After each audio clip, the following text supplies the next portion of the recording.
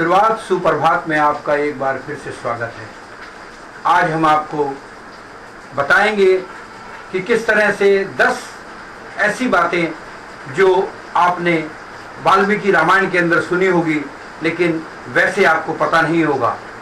मर्यादा पुरुषोत्तम प्रभु श्री राम के प्रभावशाली चरित्र पर कई भाषाओं में ग्रंथ लिखे हुए हैं, लेकिन मुख्यतः 2 ग्रंथ प्रमुख हैं, जिनमें पहला ग्रंथ महर्षि वाल्मीकि द्वारा रामायण।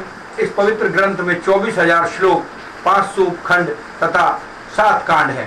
दूसरा ग्रंथ गोस्वामी तुलसीदास द्वारा रचित है, जिसका नाम है रामचरितमानस। इनमें महर्षि वाल्मीकि की रामायण को सबसे सटीक और प्रमाणिक माना जाता है, लेकिन श्री राम के बारे में कुछ ऐसी बातें हैं जिनका विवरण श्री रामचरितमानस या अन्य रामायण में है ही नहीं। इनका विस्तृत विवरण केवल वाल्मीकि कृत रामायण में ही है। रामायण के अनुसार राजा दशरथ ने पुत्र प्राप्ति के लिए पुत्रेष्टि यज्ञ करवाया था। इस यज्ञ को मुख्य रूप से ऋषि श्रेय श्रृंग ने संपन्न किया था।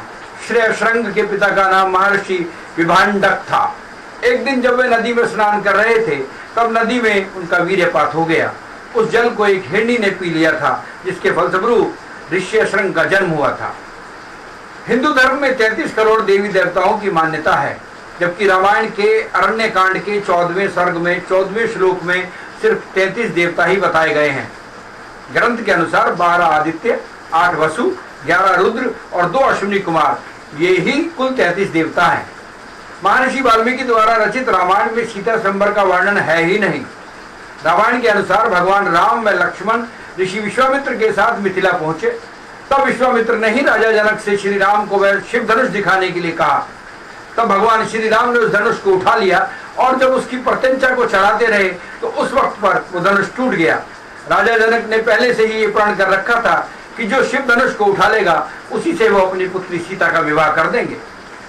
विश्व विजय के दरमियान जब रावण स्वर्ग लोक पहुंचा तो उसे रंभा नाम की अप्सरा दिखाई दी।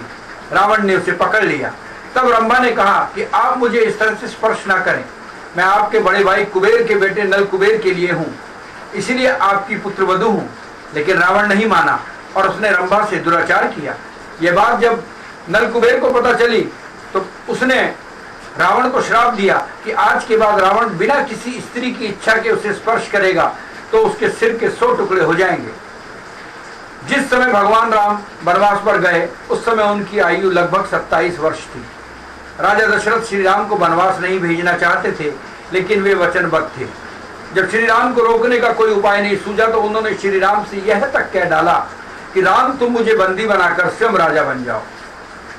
प्रभु राम के भाई लक्ष्मण ने रावण की बहन शूर्पणखा के नाक कान काट जाने से क्रोधित होकर ही रावण ने सीता का हरण किया था, लेकिन स्वयं शूर्पणखा ने भी रावण का सर्वनाश होने का शाप दिया था। दरअसल शूर्पणखा के पति का नाम था विद्यायुक्त जिवह था। वह कालकेय नाम के राजा का सेनापति था। रावण जब विश्व युद्ध पर निकला तो कालकेय से उसका युद्ध हुआ और उस युद्ध में रावण ने विद्यायुक्त जिवह का वध कर दिया। तब शूर्पणखा के मन ही मन रावण को शाप दिया कि मेरे ही कारण तेरा सर्वनाश होगा। जिस दिन रावण सीता का हरण कर अपनी अशोक वाटिका में लाया, उसी रात को भगवान ब्रह्मा के कहने पर देवराज इंद्र माता सीता के लिए खीर लेकर आए। पहले देवराज ने अशोक वाटिका में उपस्थित सभी राक्षसों को मोहित कर सुला दिया। उसके बाद माता सीता को खीर अर्पित कर, जिससे खाने से सीता माता की भूख प्यास शांत हो गई। सीता हरण करते समय जटायु नामक गिद्ध ने रावण को रोकने का प्रयास किया था। रामायण के अनुसार जटायु के पिता अरुण हैं। ये अरुण ही भगवान सूर्यदेव के रथ के सारथी हैं। जब भगवान राम और लक्ष्मण वन में सीता की खोज कर रहे थे, उस समय कबंध नाम का राक्षस प्रभु राम लक्ष्मण ने उसका वध किया। वास्तव में कबंध एक शाप के कारण राक्षस बन गया था। जब श्री राम ने उसके शरीर को अग्नि को समर्पित किया तो वो शाप से मुक्त हो गया और कबंध ने श्री राम को सुग्रीव के मित्रता के लिए करने को कहा था। जब काफी समय तक राम रावण का युद्ध चलता रहा, तब अगस्त्य मुनि ने श्री राम से आदित्य हृदय स्त्रोत का पाठ करने को कहा, जिसके प्रभाव से श्री भगवान ने रावण का वध किया। इस प्रकार आपने सुना कि किस तरीके से 10 बातें ऐसी थी जो वाल्मीकि में रामायण में ही थी, उसके अलावा कहीं और नहीं थी। तो इस तरह का ज्ञान प्राप्त करने के लिए आप सिर्फ शुरुआत सुप्रभात पर ही आइएगा और अपने सब्सक्राइब और अपने कमेंट्स हमको देते रहिएगा। शुक्रिया।